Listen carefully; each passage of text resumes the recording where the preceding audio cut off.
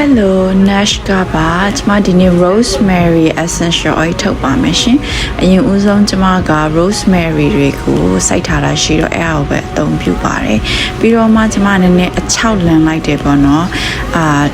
နေသိပ်ပြီးတော့မှမရတော့တစ်ပတ်လောက်တော့ကြာသွားပါတယ်ရလာတဲ့ rosemary အချောက်တွေကိုကျမတို့က essential oil စထုတ်ပါမယ်အခုကတော့ကျမ distiller ထဲမှာသူ့ကိုထည့်လိုက်တယ်ပေါ့နော်အရင်ကအဆူသုံးဘူးတယ်ဒါပေမဲ့ essential oil မထွက်တော့ကျမကအချောက်ခံပြီးတော့မှစမ်းကြည့်တာ essential oil တော့ရပါတယ်ရေတန့်ထည့်ပါတယ်ရှင် distilled water ထည့်ပါတယ်ပြီးတော့ရင်ကျမတို့ကသူ့ကိုချက်လိုက်ပါမယ်ရှင်ရေပိုက်ကိုလည်းကျမတို့ကရေဝင်ရေထွက်ပိုက်နှစ်ခုထားရပြရမှာဖြစ်ပါတယ်essential oil ချက်နေတဲ့တစ်ချောင်းမှာတော့ကျမတို့က essential oil ရဖို့အတွက် rosemary အချောက်ကိုနာရီဝက်တစ်ခါသို့မဟုတ်တစ်နာရီတစ်ခါချိန်ပေးရမှာဖြစ်ပါတယ်